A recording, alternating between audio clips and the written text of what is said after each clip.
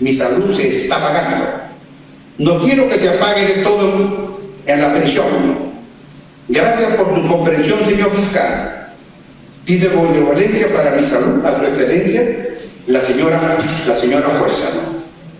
Y debo decirle que aquí en el penal he sido amenazado de secuestro para mi familia, no para mí, para mi familia, ¿no? En lo cual tuvo que dejarme de visitar cerca de un mes, no tuve visita, ¿no? Extrañando a mis seres queridos, ¿no? Y recibiendo algunos halagos y otros, oye, soy la bruja y no te metas con el afro porque te vamos a matar, ¿no? Y otras amenazas que vienen, que ya las contestaré oportunamente. Gracias, señor. Al señor fiscal. Gracias, señor Nava. Hola y muy buenas noches y bienvenidos. Empezamos 2019 y bueno, el día de hoy evidentemente vamos a abordar las revelaciones que hiciera José Nava, hombre cercano al expresidente Alan García, que ofreció su testimonio ante los fiscales del equipo especial, José Domingo Pérez, el 25 de septiembre, testimonio que ha trascendido el día de hoy y de acuerdo al cual se habría entregado Jorge Barata, funcionario, el más alto funcionario de Odebrecht en nuestro país, fuertes sumas de dinero. Hay una de las entregas, por lo menos, en la que se habla hasta de $600,000. Fuertes sumas de dinero, sin contar la cuenta que se abrió en Andorra con más de $1 millón a nombre del señor Atala, que en su momento reconoció ser testaferro del expresidente Alan García. El testimonio de Luis Nava va mucho más allá de las entregas de dinero y en este programa estamos tratando y hemos venido tratando de abordar este tema en una dimensión que va más allá de que el señor Barata le haya entregado plata a Alan García, sino las decisiones que se tomaron a cambio de esta entrega de dinero. Es decir, la venta del presidente, la venta que el presidente en su momento negó. Y Nava ofrece además información que vamos a detallar en los próximos días y que en algún momento dimos a conocer sobre los decretos de urgencia que se emitieron para facilitarle a Odebrecht obras como la del metro, la línea 1 del metro de Lima, entre otras. La carretera interoceánica, la continuación de la carretera interoceánica iniciada por Alejandro Toledo y más. Bajo esa lógica, el día de hoy empezamos entonces a desarrollar esta información y nos acompaña el abogado del señor Luis Nava, Raúl Noblecilla. Doctor, muchísimas gracias por estar con nosotros, por atender a la invitación del programa. Gracias, Mávila, por la preocupación y la oportunidad, desde luego. Bien, la primera pregunta que quería hacerle es la oportunidad, ¿no? Se objeta la oportunidad de la declaración y se dice, ¿por qué? Si Nava conocía, si el señor Luis Nava conocía esta información, si todo apuntaba a que su cargo como exsecretario de la Presidencia de la República hacía suponer que tenía más información de la que aparentemente o de lo que estaba negando, ¿por qué habla ahora y no lo hizo antes? Mávila, te explico. Yo estoy ejerciendo la defensa del señor Luis José Nava Guibert aproximadamente a finales de junio. Él mantenía antes a otra defensa técnica. Desde luego, cuando yo asumo también proponiendo una estrategia de defensa, o una teoría, mejor dicho, del caso. Pero ¿qué estaba sucediendo? ¿Qué sucede a las semanas? Que el señor Nava recibe una amenaza en el penal. Una amenaza en la cual un interno le hace saber de que se estaba preparando un atentado o un secuestro contra miembros de su familia. Esto, pues, como no tendría que ser, digamos, raro, sopesó mucho en el doctor Nava Guibert en cuanto a la forma que iba a participar en el proceso. ¿La amenaza motivó, digamos, fue decisiva para que él decidiese hablar? No. A lo que voy es, muchos se están quejando o están poniendo en juicio por qué el señor Nava, si hace muchos meses está en carcelería o está inmerso en este proceso, sí, ¿por qué no ha empezado a hablar? ¿Y por qué justo hoy, verdad? Y ahora también quisiera que me des la oportunidad de explicar.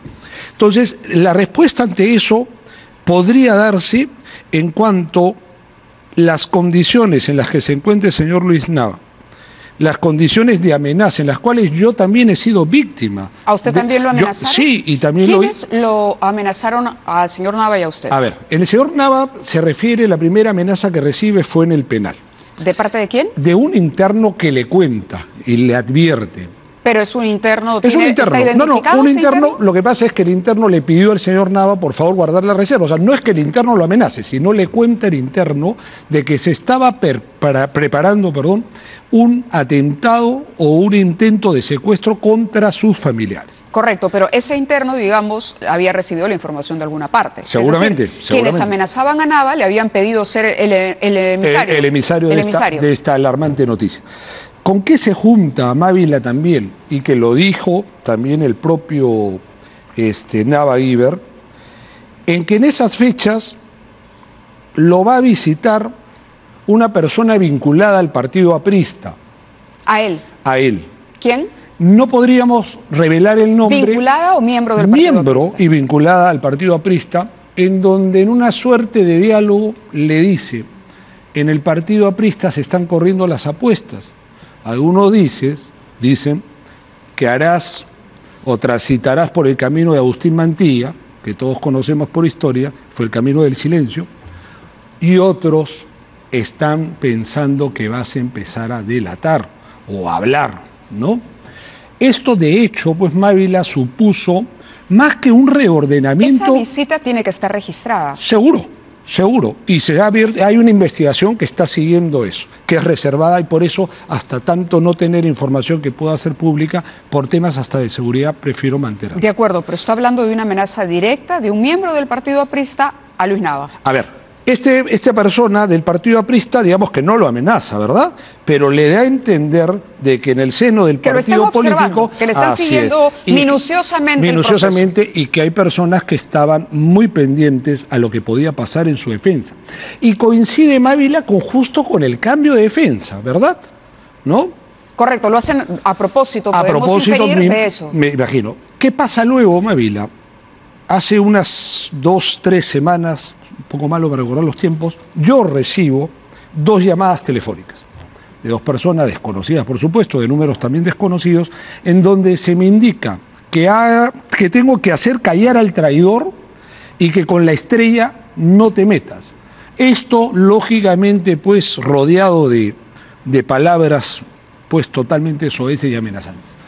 Una segunda llamada al día siguiente o el mismo día, que no recuerdo bien, sí creo que fue el mismo día, que no pude grabar, pero que me quedó... ¿Grabó alguna de las llamadas? Grabé la primera, por supuesto, sí. ¿Y eso estaba en conocimiento de las autoridades? Y está en conocimiento de las autoridades. El número incluso. Sí, claro. Sí, yo he puesto todo a disposición.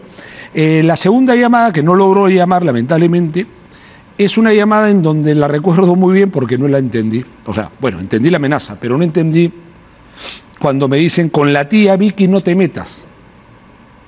Al APRA se le defiende. Yo he tratado, Mávila, de averiguar por mi cuenta, un poco hasta por la curiosidad que me asaltaba, quién podría ser la tía Vicky. No doy con la tía Vicky. Y hoy mi defendido, el señor Nava Guibert, ha hablado también de la bruja.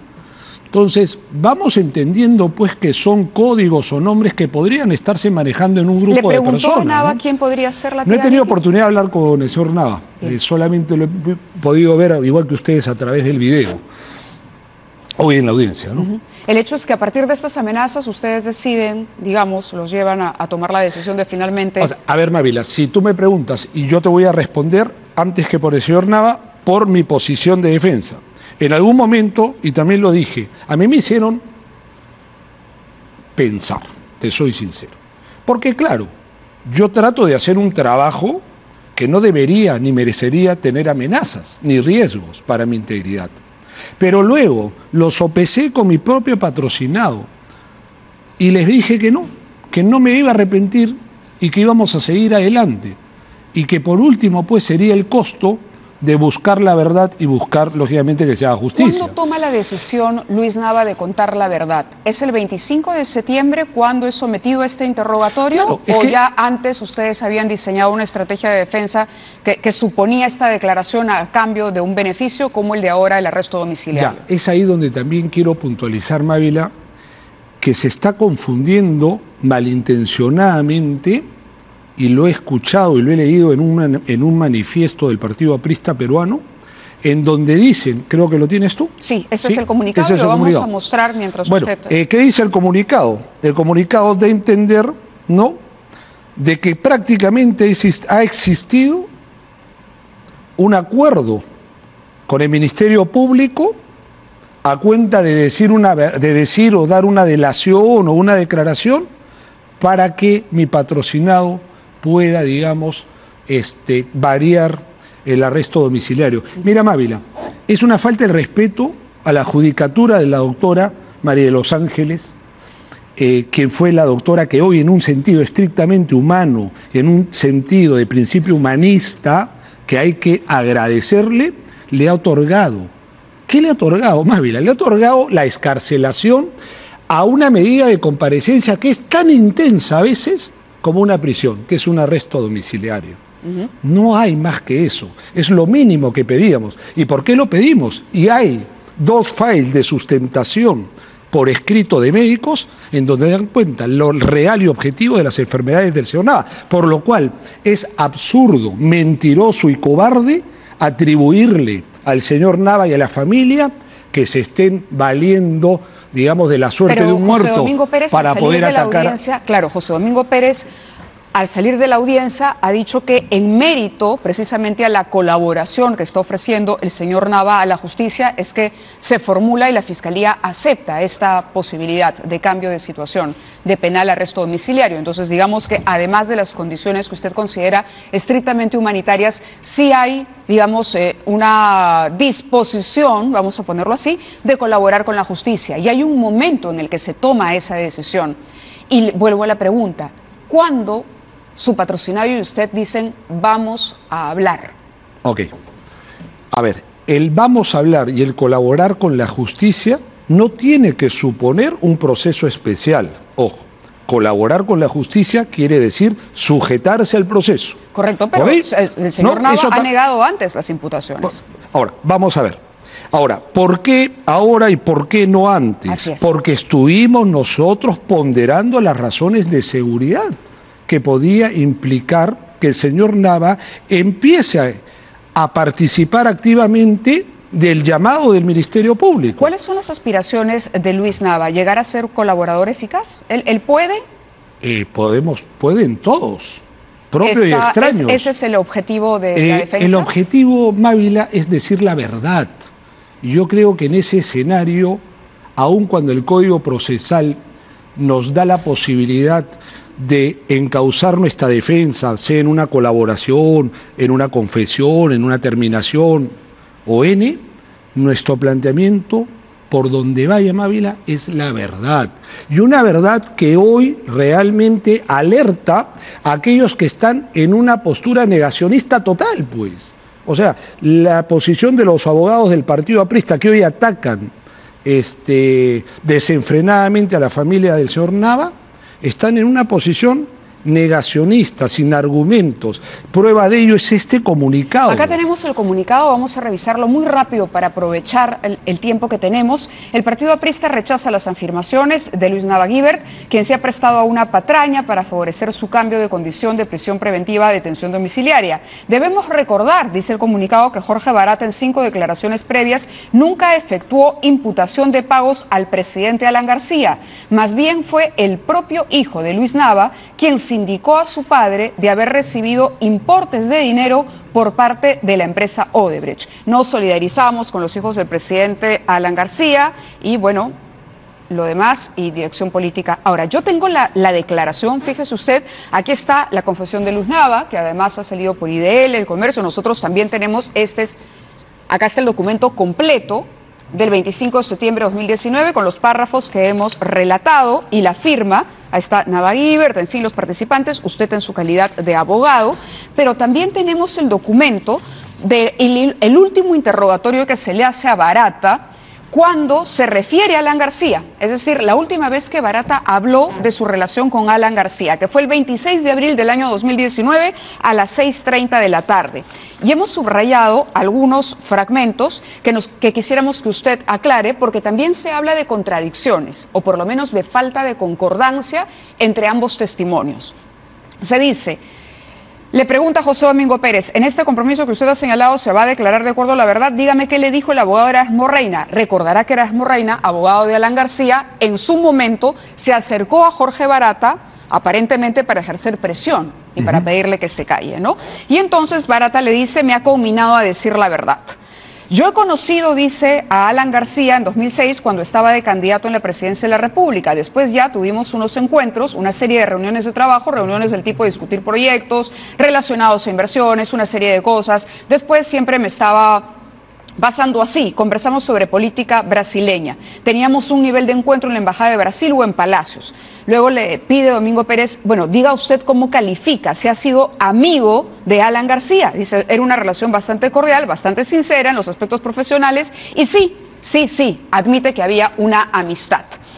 Bien, en otro párrafo, cuando se refiere al doctor Nava, le dice, ¿qué nos puede decir? Y Jorge Barata dice, el doctor Nava era la persona de confianza del presidente García. Estamos viendo el destacado en pantalla. Esto está en la página número 6 de esta declaración. Dice, estaba siempre en todos los eventos del doctor García, en casi todos. Él yo creo que no alcanzaba a ir porque era tanta la agenda de García que se turnaban, digamos, sus asesores o sus asistentes. Dice, y en otro momento era una persona que era muy próxima y muy cercana. Le cargaba la maleta al doctor García, el teléfono del doctor García, o sea, en todo lo que acontecía en torno a él estaba presente. Entonces era una persona que me parecía de extrema cercanía.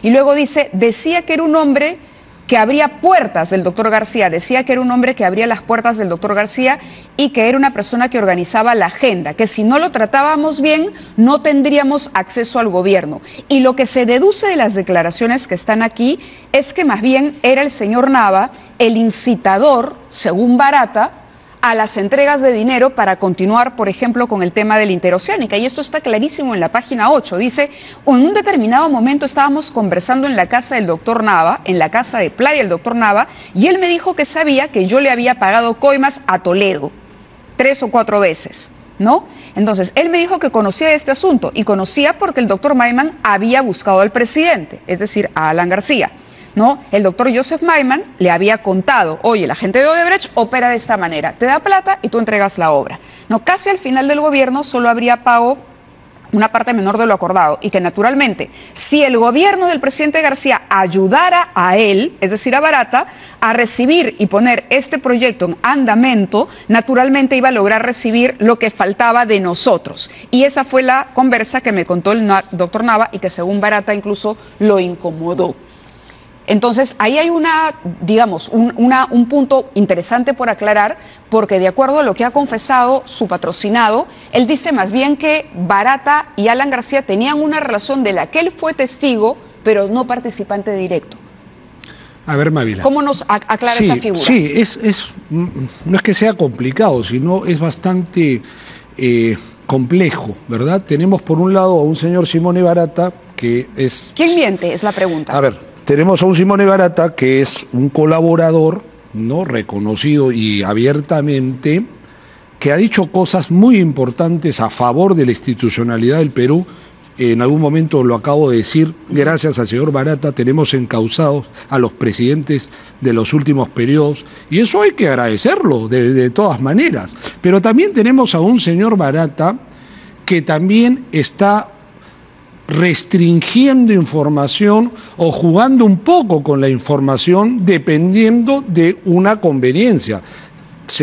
Tenemos que ser conscientes que estos procesos aún continúan, no está cerrado todavía nada, y mientras no esté cerrado todavía nada va a existir esta suerte un poco de torear los temporales. Ahora, en cuanto a mi patrocinado, Mávila, que es lo que yo con certeza te puedo explicar. Por eso, ¿qué le ha dicho respecto a eso? A ver, el señor Barata lo conoce Alan García no por el señor Nava. El señor Barata lo conoce al doctor Alan García por el señor Luis Alba Castro. ¿Ok? Fue el señor Luis Alba Castro quien lo presenta al señor García. la relación del señor Nava Guiber con el señor Barata es una relación que nace como una suerte de testigo, porque el señor Nava veía cómo Barata entraba al local de campaña llevando maletas o llevando, en su caso, loncheras. ¿Qué tenían las maletas y las loncheras? Pues tenían dinero. ¿Tiene testigos que pueden...? Pero, a ver, ahí es un tema también bastante interesante, porque se le está tratando de, digamos, de poner al señor Nava como una suerte de mentiroso y no tienes cómo probarlo. Vayamos a ser sinceros. ¿Quiénes estaban ahí? Estaba el doctor García, estaba el señor Barata y estaba mi patrocinado. Nava. Lamentablemente el doctor García ya no está entre nosotros. Solo tenemos a un colaborador confeso que sigue en proceso y a un señor Nava. El señor Nava está entregando información muy útil e importante al Ministerio Público en base a una declaración en el cuaderno principal, sí, en una suerte regular de proceso, de pregunta con respuesta, en donde dice: yo he visto que el señor Barata llevaba las maletas y llevaba las loncheras, y el doctor Alan García, o Alan García, no sé cómo se refirió ahí, me dijo: esto es para la campaña. A ver, descartamos entonces, según usted, que lo que dice Barata sea cierto cuando afirma que Nava fue el que le dijo: así como le pagaste a Toledo, tienes que cumplir con nosotros para darte la interoceánica. Eso, Mávila, es un tema que nosotros todavía no hemos propuesto defensa ante esa imputación o ante porque ese eso lo dicho coloca en un rol más activo, más allá de testigo, es decir, lo compromete en una negociación ilícita. ¿Y usted es consciente de eso? Por supuesto, y eso es lo que se le intenta ver al señor Nava, pues, como el señor Nava como una especie de filtro, ¿verdad? O sea, tú no hablas con García, tú hablas conmigo primero, y lo que yo te diga, eso es lo que vas a hacer. E incluso el imaginario va más allá, y tratan de ver a la familia del señor Nava como si fuera también una suerte de organización por la cual cada uno compartía funciones. Por un lado, el señor Nava, al lado de Palacio de Gobierno.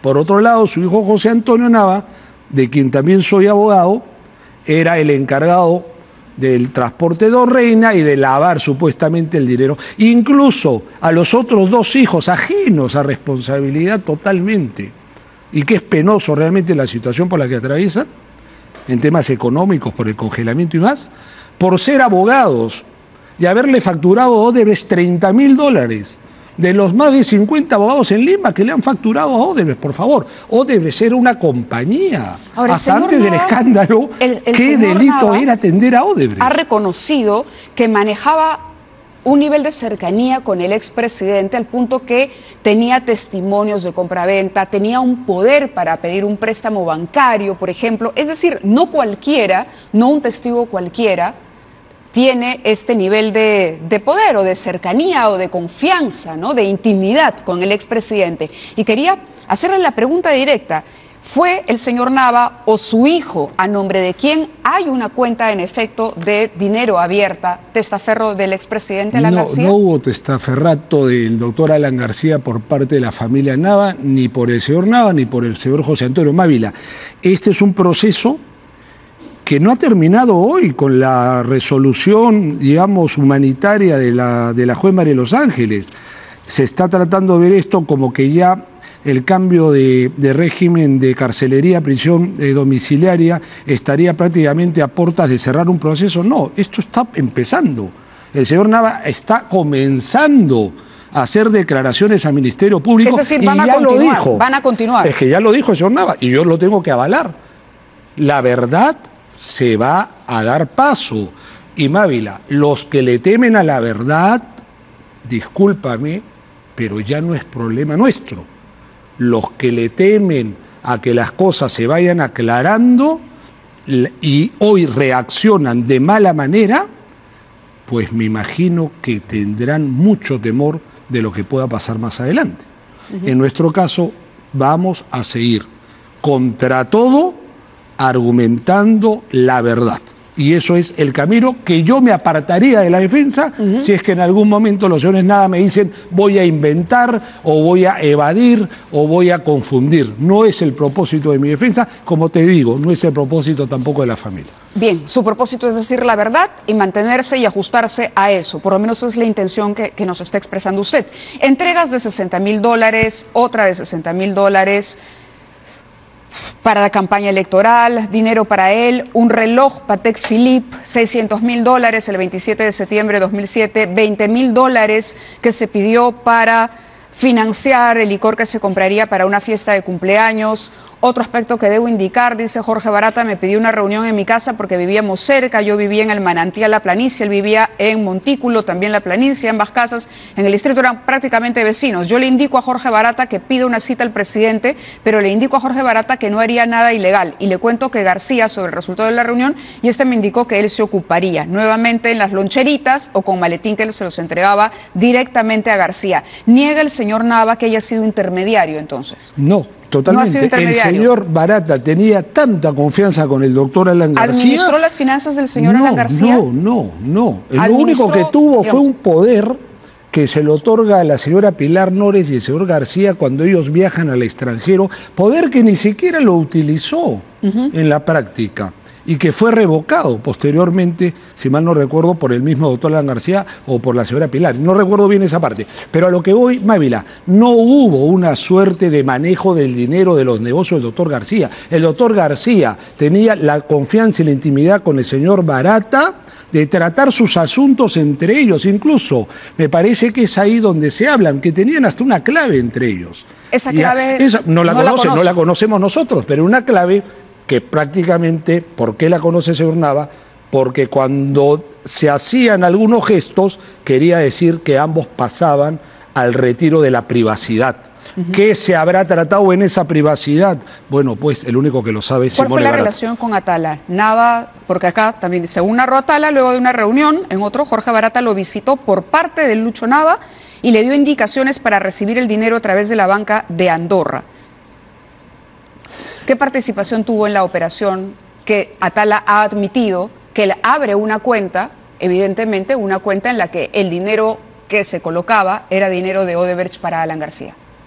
Mávila, la defensa del señor Atala se contrapone en muchos sentidos contra nuestra defensa, aún estando y estamos dentro de una misma investigación. Señaló que Nava en ningún momento le indicó que el dinero iba a ser ilegal y tampoco le especificó montos. Asegura que aceptó sin problema por la buena relación que tenía con él desde el año 2001. Sí, la relación es cierto, es correcto. Ahora, Mávila, no es que no quiera incidir en tu pregunta, pero es que me obligas un poco a salir de la reserva que hoy me es necesaria mantener. De acuerdo, sí, yo le hago las preguntas. Te agradezco usted está y te pido las disculpas en todo caso. En el derecho de mantener esa reserva. En cualquier caso, lo comprometemos a continuar viéndonos y conversando porque esto empieza hoy y como usted ha dicho en su momento, imagino el señor Nava, y usted también le debe haber aconsejado, tendrá que entregar la documentación. Por supuesto. Tendrá que entregar documentación, citar a otros testigos. En un momento menciona a la exsecretaria del presidente García, incluso